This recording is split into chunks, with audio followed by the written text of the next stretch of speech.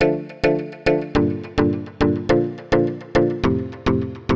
Guys, UK tech and travels में आपका स्वागत है। मैं हूं सुनील कुमार। तो आज इस वीडियो में हम बात करने वाले हैं कि अगर आप यूके में कार खरीदने के बारे में सोच रहे हो या ऑलरेडी आपने कार खरीद रखी हो और आप वरी कर रहे हैं कि इसका इंश्योरेंस कितने का आएगा या फिर महंगा आ रहा है, कौन से वो पॉइंट्स हैं जिनको आप थोड़ा सा ध्यान रख के अगर चलें तो आपका जो इंश्योरेंस है वो चीप आपको मिल सकता है। तो चलिए इन्हीं पॉइंटों के बारे में हम वीडियो में आगे बात करते हैं, लेकिन वीडियो को आप पूरा और ध्यान से देखना। मैं लगभग 10 पॉइंट्स के बारे में बात करूंगा जिनसे आपका इंश्योरेंस की कॉस्ट है वो काफ़ी ज़्यादा कम हो जाएगी अगर वो फैक्टर आपके ऊपर अप्लाई होते हैं। और सेकंड थिंग, अगर आप ये सोच रहे हो कि हम कहाँ से इंश्योरेंस अप्लाई करें और कहाँ से हम अपनी पॉलिसी ले सकते हैं, अगर आप इस पर्टिकुलर टॉपिक पर वीडियो चाहते हो कि किस तरह से हम वो फॉर्म फिल करें, तो मुझे कमेंट बॉक्स में ज़रूर बताना, ताकि मैं आपके लिए एक नई वीडियो और लेके आऊँ जहाँ पे मैं आपको डिटेल में बताऊँ कि किस तरह से हम अपनी जो पॉलिसी है उसमें फॉर्म को फिल करके चीप प्राप्त कर सकते हैं या फिर किस तरह से हम उस एप्लीकेशन को फिल कर सकते हैं। तो कमेंट ज़रूर करना अगर आप उस वीडियो के लिए इंटरेस्टेड हो। तो चलिए आगे वीडियो में बढ़ते हैं और बात करते हैं इन्हीं 10 पॉइंट्स के बारे में कि किस तरह से इन पॉइंटों को ध्यान में रख के आप चीप इंश्योरेंस प्राप्त कर सकते हो। तो चलिए सबसे पहले हम बात कर लेते हैं फर्स्ट पॉइंट के बारे में। तो फर्स्ट पॉइंट रहता है कि अगर हमारे पास यूके लाइसेंस है और दूसरा हमारे पास इंटरनेशनल लाइसेंस है, यानी कि हम इंडिया से, पाकिस्तान से या किसी भी और कंट्री से इंटरनेशनल लाइसेंस लेके आए हैं जिस पे हम 1 साल के लिए ड्राइविंग कर सकते हैं, तो किस लाइसेंस पे हमें जो इंश्योरेंस है वो चीप मिलेगा? तो ऑब्वियस सी बात है, यूके का जो लाइसेंस होगा अगर आपके पास, उस पे आपका इंश्योरेंस चीप मिलेगा आपको, क्योंकि आपको यहाँ के रूल्स का पता है, आपने यहाँ पे टेस्ट दिया है। तो जो इंश्योरेंस कंपनी है उसको लगेगा कि अगर इसने यहाँ पे पास किया है तो इसको रूल्स वगैरह पता है। तो अगर आप आते हो इंटरनेशनल लाइसेंस लेके, तो दूसरी कंट्रियों में आपको पता ही होगा कि सिचुएशन बिल्कुल अलग होती है। और अगर आपने किसी दूसरी कंट्री में लाइसेंस पास करना किया हुआ है तो यहाँ पे आपके लिए थोड़ी सी डिफ़िकल्टी आती है, क्योंकि मैंने भी जब पास किया था राउंड अबाउट और इन चीज़ों में मुझे काफ़ी प्रॉब्लम्स आई थी। तो इस चीज़ के फैक्टर करके जो हमारा इंटरनेशनल लाइसेंस पे अगर हम इंश्योरेंस कराते हैं वो काफ़ी महंगा आता है। तो अगर आप यूके में रहते हो तो ट्राई करें कि यहाँ का लाइसेंस लें, तो यूके लाइसेंस पर हमेशा जो इंश्योरेंस की कॉस्ट है वो कम आएगी। तो अब हम बात कर लेते हैं पॉइंट नंबर 2 के बारे में। तो जब हम इंश्योरेंस लेते हैं तो हर एक एरिया पे डिपेंड करता है कि जैसे हम साउथ होल वगैरह में है मान लीजिए, और वहाँ पे हम इंश्योरेंस वगैरह ले रहे हैं अपनी कार का और हम वहाँ पे रहते हैं, तो क्या पता वहाँ पे जो इंश्योरेंस कॉस्ट है आपकी ज़्यादा आए। आप किसी और क्वाइट एरिया में अगर आप चेक कर रहे हो तो वहाँ पे इंश्योरेंस कॉस्ट आपकी कम आए, लेकिन आपने अपने अकॉर्डिंग चलना है। उसमें डिटेल तो आपकी ही जाएगी कि आप किस एरिया में रहते हो, बट ये फैक्टर काफ़ी ज़्यादा डिपेंड करता है कि जिस एरिया में, मेरे ख्याल से जो मुझे लगता है ज़्यादा लोगों ने क्लेम लिया हुआ है, वहाँ पे ऑब्वियस सी बात है कंपनियाँ अपना इंश्योरेंस का जो प्राइस है वो इंक्रीज़ कर देंगी। जिस एरिया में कम लोगों ने क्लेम लिया हुआ है इंश्योरेंस का, एक्सीडेंट रेट कम है वहाँ पे और चोरी वगैरह कम है जिन एरियो में, वहाँ पे इंश्योरेंस की कॉस्ट कम हो जाती है। तो एड्रेस भी एक काफ़ी बड़ा फैक्टर है इंश्योरेंस के लिए। तो ये नहीं कि आप गलत एड्रेस डाल के और आप इंश्योरेंस करेंगे, ऐसा नहीं करना है, बट ये फैक्टर हमेशा ही रहेगा। तो चलिए अब हम बात कर लेते हैं तीसरे पॉइंट के बारे में। तो तीसरा पॉइंट हमें ये कहता है कि अगर हमारी कार, हमने मान लीजिए साल में हमने ये बताना पड़ता है जो इंश्योरेंस पॉलिसी है उसको, कि हम 1 साल में अपनी कार को कितना चलाएंगे। मान लीजिए 3,000 माइल, 4,000 माइल, 5,000 माइल, जितनी वो कम होगी आपकी माइलेज, उतना ही जो इंश्योरेंस है वो आपका कम आएगा। तो आपने ये भी नहीं है कि आपने इंश्योरेंस में 1,000 माइल ही भर दिया और बाद में जब आपने, मान लीजिए इन केस आपको क्लेम करना पड़ा और कंपनी कहेगी आपने तो इससे ज़्यादा चला रखी है, तो आपने जो एवरेज है, जो माइलेज, वो ठीक ठीक ही रखनी है। आपने ये देखना है कि आप कितने माइल्स रोज़ ट्रैवल करते हो या महीने में ट्रैवल करते हो, साल में कैलकुलेशन निकालनी है। तो इस हिसाब से आप अपनी रफली एवरेज जो माइलेज होगी वो डालना। उसमें ये भी नहीं कि 10,000 माइल डाल दी और आप चला रहे हो 2,000 माइलेज, तो इस हिसाब से आपने उसकी माइलेज डालनी है कि साल में आप उसको कितना चलाओगे। तो तीसरा पॉइंट ये कहता है जितनी कम माइलेज आप उसमें डालोगे तो चांसेस है कि जो आपका इंश्योरेंस की कॉस्ट है वो आपकी कम आएगी।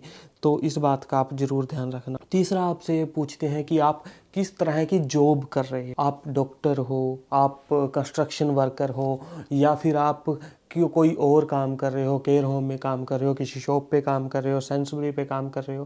क्योंकि जब आप इंश्योरेंस लेते हैं तो आप ट्रैवल तो करते हो आपके काम पे, तो ये भी आपके लिए एक काफ़ी बड़ा फैक्टर है। अगर आप कंस्ट्रक्शन पे काम कर रहे हो, क्या पता आपको कंस्ट्रक्शन के लिए 25 माइल, 30 माइल, 40 माइल रोज़ ड्राइव करना पड़े।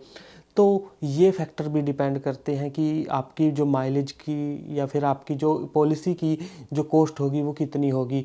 साथ के साथ पार्किंग भी डिपेंड करती है। साइट मैनेजर है उसको साइट पे पार्किंग मिल जाएगी, केयर वर्कर है उसको केयर होम में पार्किंग मिल जाएगी, या फिर आपकी जॉब कहीं ऐसी है कि आपको ट्रैवल ज़्यादा करना पड़ रहा है और आपकी पार्किंग का रिस्क भी ज़्यादा है, तो वहाँ पे आपको कोई कार को डैमेज कर सकता है, लॉस्ट हो सकती है। तो इन सभी फैक्टरों करके जो आपकी जॉब टाइटल है वो भी काफ़ी ज़रूरी है। आप उसमें फेक मत डालना कोई भी इन्फॉर्मेशन, मैं बार बार ये कह रहा हूँ, लेकिन ये पॉइंट फैक्टर करते हैं। उसके बाद हम बात कर लेते हैं कि पाँचवें पॉइंट के बारे में। पाँचवा पॉइंट ये कहता है कि आपकी जो कार है, मान लीजिए आप कार खरीदने के बारे में सोच रहे हो, तो आपको ध्यान से सोच के उस कार को खरीदना है। अगर आपने खरीद ली है तो आप कुछ नहीं कर सकते, तो आप चेंज ही कर सकते हो। तो अगर आपके पास स्पोर्ट्स कार है तो स्पोर्ट्स कार ज़्यादातर उनके चांसेस होते हैं कि वो आप तेज़ चलाओगे। तो स्पोर्ट्स कार होने के कारण अगर आप तेज़ चलाओगे तो कंपनी को पता है ये स्पोर्ट्स कार है, हम इसका इंश्योरेंस दे रहे हैं, तो उसका प्राइस आपका ज़्यादा ही होगा हमेशा। उसका इंजन पे डिपेंड करता है। अगर आपकी कार का इंजन 1 लीटर है, 1.2 लीटर है, तो उनका जो प्राइस है जो आपके इंश्योरेंस का वो कम आएगा। अगर आपके पास कोई बड़ी कार है, 3 लीटर इंजन है, 2 पॉइंट समथिंग इंजन है, तो उनका जो प्राइस है वो ज़्यादा होगा। साथ के साथ ये भी आपका डिपेंड करता है कि आपके पास कितनी पुरानी कार है, कितनी नई कार है। क्योंकि कार की जो वैल्यू है, जब आप पॉलिसी करते हो कार की वैल्यू आती, कार की वैल्यू कितनी है, कितने की उसकी प्राइस है, मार्केट प्राइस कितना है कार का। तो एट द एंड अगर आपसे को क्लेम लेना पड़ा तो कंपनी को तो पैसे देने पड़ेंगे ना आपको। अगर आपकी 10,000 पाउंड की कार है तो इंश्योरेंस भी उस हिसाब से ज़्यादा जाएगा। अगर आपकी कार ही 1500 या 2000 पाउंड की है तो फिर उस हिसाब से आपका कार इंश्योरेंस है वो कम आएगा। तो ये भी एक बहुत बड़ा फैक्टर है। जो छठा पॉइंट मैंने लिखा हुआ तो वो मैंने उसको 5वें में बता दिया कि अगर कार का इंजन बड़ा है तो उससे भी आपका जो कार का साइज़ बड़ा है उससे भी आपका जो प्राइस है इंश्योरेंस का वो बढ़ जाता है। तो अब हम बात कर लेते हैं 7वें पॉइंट के बारे में। अगर यहाँ आपके इंटरनेशनल लाइसेंस पे ड्राइविंग कर रहे हैं तो आपको ऑब्वियस सी बात है जो इंश्योरेंस है वो महंगा मिलेगा।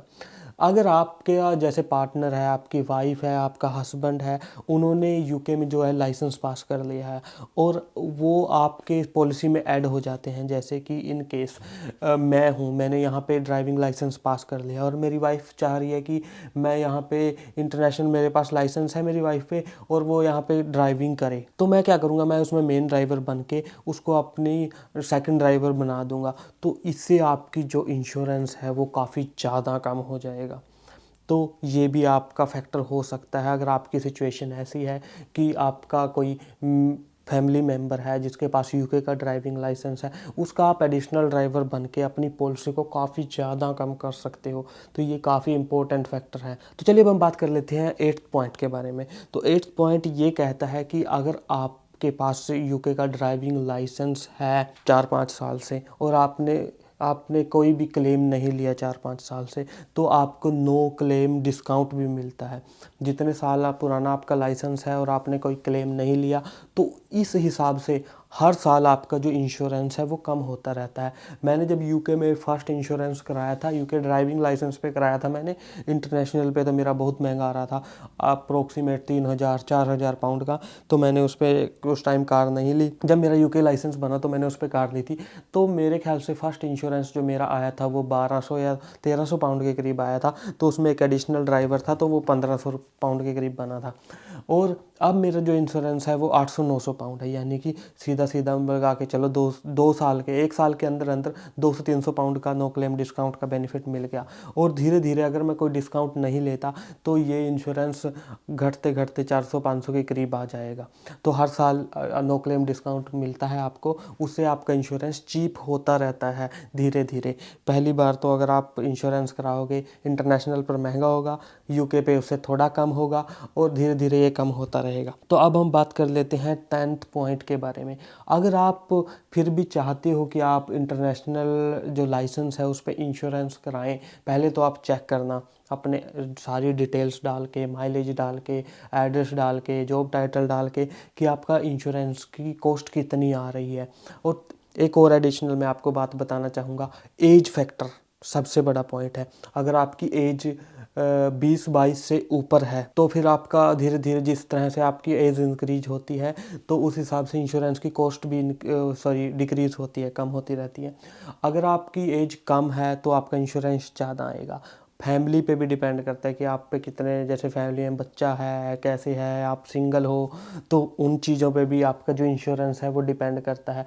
सिंगल हो तो आपका में भी इंश्योरेंस ज़्यादा आए, फैमिली है, आपके पास बच्चा है तो इंश्योरेंस आपका कम आने के चांसेस बढ़ जाते हैं, क्योंकि आपके बच्चे हैं, आप थोड़ा उस तरीके से समझ के चलाएंगे तो आपके पास जिम्मेवारी है। तो ये सारी चीज़ें, छोटी छोटी जो चीज़ें हैं ये फैक्टर करती हैं, क्योंकि जो वो कोटेशन देते हैं वो इन्हीं चीज़ों को देख के ही आपका कोटेशन देते हैं कि हाँ इसकी प्रोफाइल कैसी है। तीसरा मैं बात आपको कर रहा था, अगर आपको इन केस लेना पड़ जाए इंश्योरेंस, सबसे पहले आपको देखना है इंटरनेशनल लाइसेंस पे कि आपकी कॉस्ट क्या आ रही है। अगर आपका कार के बिना बिल्कुल काम नहीं चल रहा और आपको कार लेनी ही है तो आप थर्ड पार्टी इंश्योरेंस ले सकते हो, जिसकी कॉस्ट आपको काफ़ी कम पड़ेगी। लेकिन ध्यान से चलाना, उसमें सामने वाले का ही कवर इंक्लूड होगा, आपको कोई क्लेम नहीं मिलेगा इन केस अगर आपसे कार लग जाती है। ठीक है, ये बातें हो गई। उसके बाद मैं आपको एक और रिकमेंडेशन देना चाहता हूँ। आपको इसको 11th पॉइंट लगा लो, जो मर्जी लगा लो, क्योंकि मैक्सिमम इन्फॉर्मेशन मैं ट्राई करता हूँ कि मैं अपने ऑडियंस को दूँ जो भी मेरे पास है। तो सबसे इम्पोर्टेंट बात यहाँ पे, जब आप इंश्योरेंस लेते हो उसमें 2 तरीके के इंश्योरेंस कंपनी प्रोवाइड करती है, with black box, without black box. तो ये ब्लैक बॉक्स है क्या? दरअसल ब्लैक बॉक्स एक ऐसा डिवाइस है जिसको वो आप जब इंश्योरेंस लोगे, ब्लैक बॉक्स के साथ आपने इंश्योरेंस ले लिया, वो आपकी कार में एक ऐसा डिवाइस लगाएंगे जिससे वो ट्रैक कर पाएंगे कि यहाँ स्पीड लिमिट 20 है लेकिन आप 30 पे चल रहे हो, कितनी शार्प तेज़ी से आप ब्रेक मार रहे हो, कितनी तेज़ी से गियर चेंज कर रहे हो, और रोड की कंडीशन के हिसाब से आप कितनी फास्ट स्पीड पे चला रहे हो। तो वो सभी चीज़ें ट्रैक करते हैं विद ब्लैक बॉक्स इंश्योरेंस अगर आप लोगे। जब वो ट्रैक करते हैं तो वो, अगर आपको उनको लगा कि आप ज़्यादा हार्श ड्राइविंग कर रहे हो तो वो आपकी पॉलिसी कैंसिल कर सकते हैं। हुई भी है 1-2 पर्सन के साथ, वो आपकी पॉलिसी कैंसिल कर सकते हैं और आपके पास मुश्किल बढ़ जाएगी अगर एक कंपनी ने आपकी पॉलिसी कैंसिल कर दी। और ट्राई ये करना कि विदाउट ब्लैक बॉक्स आप पॉलिसी लो, क्योंकि अगर आप विद ब्लैक बॉक्स लेते हो तो इन चीज़ों का आपको हमेशा ध्यान रखना पड़ेगा जब तक आप उस ब्लैक बॉक्स के साथ ड्राइविंग कर रहे हो। तो विदाउट ब्लैक बॉक्स आप जो है इंश्योरेंस लेना, क्योंकि विदाउट ब्लैक बॉक्स लोगे तो आप थोड़ा बहुत आपको पता है होता है, जब न्यू ड्राइवर आता है थोड़ी सी डिफ़िकल्टी आती है कार चलाने में, कई बार स्पीड ज़्यादा होती है, कम होती है। लेकिन विदाउट ब्लैक बॉक्स और ब्लैक बॉक्स का आप ध्यान रखना जब भी आप कोई भी पॉलिसी खरीदें। तो I think most of the information मैंने आपके साथ शेयर कर दी। अगर आपका फिर भी कोई क्वेश्चन रहता है तो आप कमेंट बॉक्स में ज़रूर हमसे क्वेश्चन पूछ सकते हो। मैं कोशिश करूंगा अगर वो रिलेवेंट हुआ मैं उसका आंसर देने की। और साथ के साथ मैंने जैसे वीडियो के शुरू में भी बताया, अगर आप चाहते हो कि मैं स्टेप बाय स्टेप बताऊं कि कहां से आप इंश्योरेंस पॉलिसी बाय करें और क्या क्या उसमें डिटेल्स कैसे कैसे भरें, वो सभी चीज़ें एक फॉर्म की तरह मैं बताऊं, तो आप मुझे कमेंट बॉक्स में कमेंट ज़रूर करना। बाकी मैं आपको ये चीज़ बताना चाहता हूँ, आप जो पॉलिसी है उसको ख़रीद सकते हो, कंपेयर मार्केट है और गो कंपेयर प्राइस, कुछ इस तरह की काफ़ी सारी वेबसाइट्स हैं जहाँ से आप कंपेयर कर सकते हो पॉलिसी को और वहाँ से आप पॉलिसी को बाय कर सकते हो। बाकी डिस्क्रिप्शन में मैं लिंक दूंगा ताकि आपके लिए थोड़ा ईजी रहे। तो मिलते हैं नेक्स्ट वीडियो में, तब तक हंसते रहें, हंसाते रहें।